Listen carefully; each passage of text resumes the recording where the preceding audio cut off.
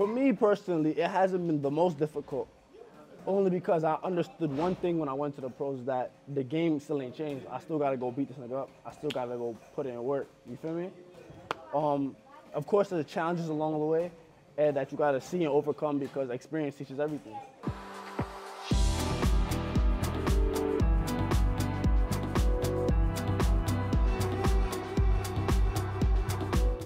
Hey guys, it's Push and Wealth. I'm your host, Gabby Angel, and I'm here with Jahi Tucker.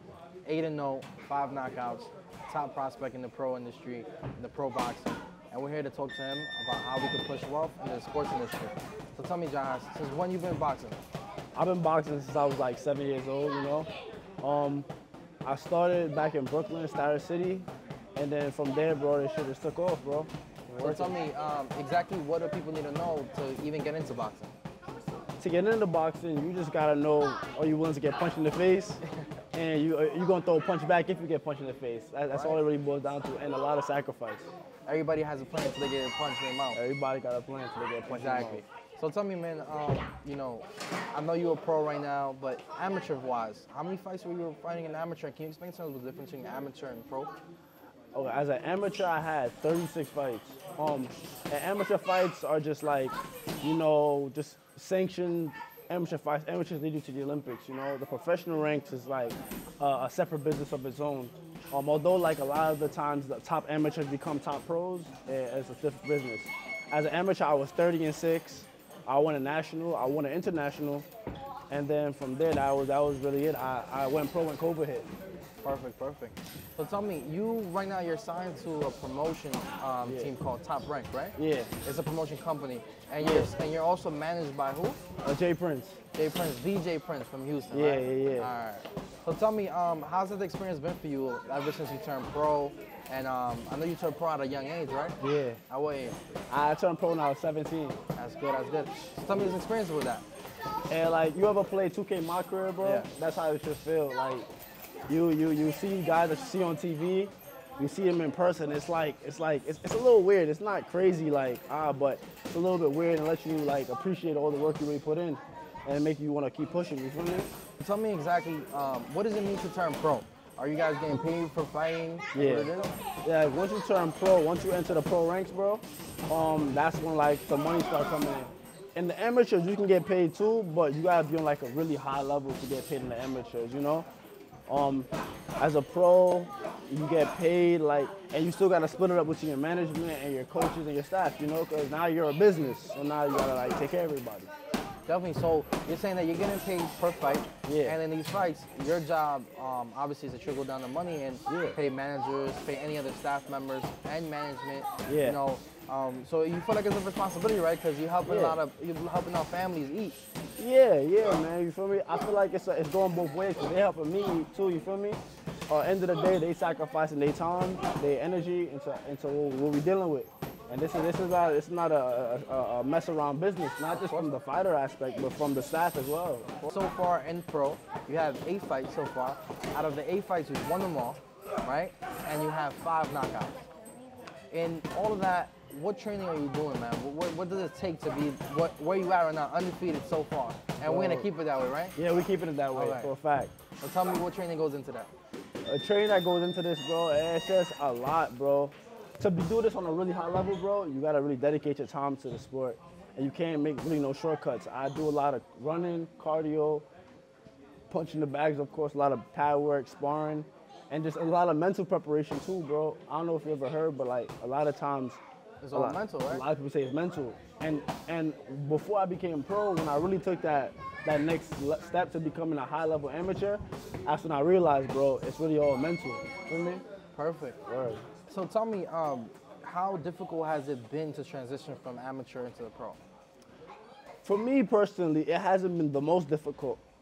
Only because I understood one thing when I went to the pros, that the game still ain't changed. I still gotta go beat this nigga up. I still gotta go put in work. You feel me? Of course, there's challenges along the way, and that you gotta see and overcome, because experience teaches everything. How hard is to balance, you know, your day-to-day life and being a boxer, because you're training all the time? Yeah. You're young. You still want to have parties. You still want to have fun. Yeah, like all that party stuff I relinquished like years ago. You feel me? Like, as a kid, bro, one thing that one of the main sacrifices that you learn, bro, ain't no parties, bro, ain't no hanging out. Yeah, yo, bro, it's from school to the crib, to the gym, back to the crib, and then reverse the cycle, you know? So, And it's even harder on you because your father's your trainer.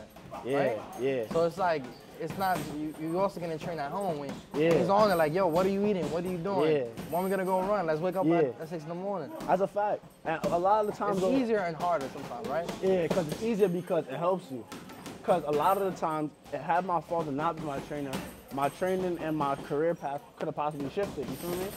Because it's a fine line between like a coach and a father figure. A lot of times, a lot of fighters, they won't listen to their coach outside of boxing, you feel me? Me, you got no choice, that's my pop, of course, you know, you're growing up. And yeah, man, that's just how it is, bro. So let me ask you a question. As someone who doesn't know about the sport, you know, in general, like just anyone out there, you know, can you make a good living as a boxer? And even if you're not on the top level of this? You could definitely make a good living off of boxing, you feel me? It's just a matter of how much work you gotta put in, you know? Like I said, there's a lot that goes into this, you know? And a lot of people, you gotta push yourself mentally a lot. Cause you're not gonna be Floyd Mayweather off rip. You're not gonna be a Gervonta Davis off rip, bro. But it's like everything else, it takes time. It's similar to the rap game, bro. You know what I mean? Once you sign to a promotion, a label, they gonna push you. You don't get paid, but the more you work and the more people like what they see, the more you perform, bro, people gonna respect you. So it's a performance-based sport, performance-based industry. Yeah. You're gonna keep making more, you're gonna keep getting better fights the more you perform, the better you perform. Yeah. And so far you've been performing excellent, right? Yeah, bro. You feel me? I gotta keep this shit going, man. Of course. Is there anything you want the public to know about you other than, you know, just a young boxer, knocking people out, you know, 5 knockouts, 8-0, and very soon 9-0, right? Yeah, Probably yeah, 6 23rd. KO, right? 6 knockout. Six KOs loading, bro. Anything you want to know about you besides that, man? I'm just a good person, bro, and I just all about just trying to grow, you feel me? Shout out Pushing Wealth for even coming down here to the rec, you feel me? Tell them where we at, where we at? We in Brentwood right now. This is the Brentwood Recreational Center, you feel me? They show a lot of love here. Shout out Suffolk PAL. You got a lot of kids in here, yeah, a lot of kids here, they come here, and so a lot of times they don't even want to be fighters. They just come to really pass time, which is it's a community type of thing, you feel me? They just come just to get some type of direction. How important you feel like boxing is to this community right now, like, or this center, this recreation center? Boxing is big right now, you feel me? Especially right in this area, because well, it's not just me, it's a lot of other dudes from Long Island who's coming up crazy right now, you know? In boxing, like my man Dante Lane, he just won the Nationals, National Golden Glove, he's from Elmont. And then you got my son Famous, he's fighting on the 23rd as well, in Philadelphia though. So it's a lot of different guys from the area, bro, that's really going pro, that's really taking this shit far, you know? Of course. And is this recreation center very important to the community, just like for the kids to have them to do after school? Yeah. Outside of just boxing, bro, you got basketball, there's all types of stuff for the community. That's important because, you know, in our community, where I'm coming from, there's not a lot of this. You know what I'm Yeah. saying? It's not a lot of this, and if it is, it's very expensive. Yeah. So I'm pushing that, trying to get that into our community, trying to bring boxing out there because it helps. OD, Put this, the guns bro. down, put the gloves up. Guns down, gloves up, bro. We lose a lot of people to gun violence, bro. Like you mentioned how expensive it is in different places, you feel me? This right here, $50 a year. And that's what we need. That's all you need, bro. They really do this for the kids and for the community, you feel me? Word. That's perfect. So now, tell me, brother, what do you see yourself in 5 years? 5 years, I see myself pound for pound boxing champion, multiple division champion, you feel me? And just amassing wealth, you feel me? Take care of my family. So I've been watching your fights, man. Like, I'm watching, you know, I had to study for this interview. You know, I see that you're a very aggressive fighter. You're more offensive than defensive. Yeah. Is there anything you planning on changing coming soon? If you ever trying to start facing these opponents that are just as aggressive as you? The way how I see it, every fight brings something different, you know? So when I go in the ring, it's not like my goal is to go in there and be aggressive. But like when I get in the ring and once I realize, yo, this dude, I can blitz him, I'm blitz him. But if I'm going there and a guy, he's doing something that's like, okay, I gotta have caution, I'm gonna be cautious and I'm gonna pick my spots, you know? It's all about just knowing what to do and when to do it. Perfect. And does that come with, again, back into the work you put in before you go to the fight, right? Yeah, bro. One thing that I can say about my training, bro, that I can say that no other fighter does it as much as me, is I prepare for every situation, bro. You feel me? Every situation, no matter what's going on, the type of fighter I'm fighting, if I'm hurt, if anything happens, bro, I'm locked in 100% and I'm gonna make sure I win. So tell me, any advice for the youth, just out there trying to figure out life, whether it's sport, whether it's boxing, or whether it's anything else? Any advice you have for them? The main point of advice that I could tell to anybody, and this works for any field, bro, believe in yourself. Because self-belief is going to push everything. When nobody believes in you, you got to make sure you believe in yourself. You feel me? So how has been being managed by Jay Prince? Being managed by Jay Prince, bro, it's like I'm gonna give you a little story. Like, so after I sparred in front of Jay Prince, you feel me? So we leave with Jay Prince. Me and my dad, we leave with him. We're in his pickup truck. He pulls up to a gas station, bro, and then he calls somebody. He's like, "Yo, bring my Mercedes." So we jump out. We hop into the Mercedes now, bro. And after that, we drive, and now we about to get signed. He takes us. We were supposed to go to his ranch house. He takes us to some top floor penthouse in H-Town, bro. And it just was surreal, you know? It's seeing the level that this can all amount to, you get what I'm trying to say? And it's real inspirational.